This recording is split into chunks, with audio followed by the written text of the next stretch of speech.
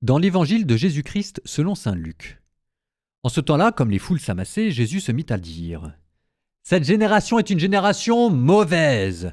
Elle cherche un signe, mais en fait de signe, il ne lui sera donné que le signe de Jonas. Car Jonas a été un signe pour les habitants de Ninive, et il en sera de même avec le Fils de l'homme pour cette génération.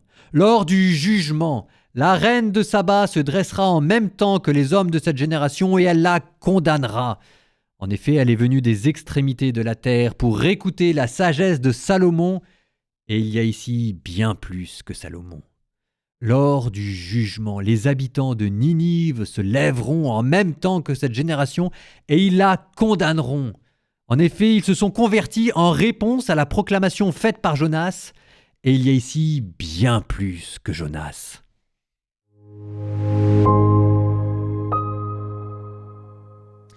Hier, je vous ai menti. Je vous ai dit qu'on allait prendre pendant quelques jours le sermon sur la montagne, et pas aujourd'hui, alors que demain on y retourne. C'est bizarre ça. Bon alors aujourd'hui on vous parle de quoi ? On vous parle du signe de Jonas. Alors, le signe de Jonas, on est encore dans les classiques.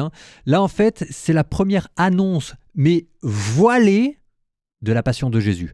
Les annonces de la passion de Jésus, c'est il y a un moment donné, il va dire à ses disciples, maintenant on va aller à Jérusalem, puis si jamais on va à Jérusalem, je vous préviens, ça va être compliqué, le Fils de l'homme va être trahi, va être livré aux mains des pécheurs. On n'y est pas encore, mais les annonces de la passion de Jésus sont là, mais comme voilées. Voilées ici à travers Jonas. Jonas, il y a quelque chose qui est très beau, c'est que pour le coup, Jonas, tout le monde peut s'identifier à Jonas. Jonas, c'était un prophète, mais il avait un caractère, mais vraiment un caractère de cochon. Et pourtant, c'est lui que Jésus a pris le premier pour annoncer la passion. Parce qu'il y a une particularité dans Jonas, c'est que c'est le pire prophète, le pire caractère. Mais je vous jure, vous pouvez lire Jonas, c'est le pire caractère. N'empêche que c'est aussi le premier prophète qui est allé prêcher l'évangile dans une ville païenne.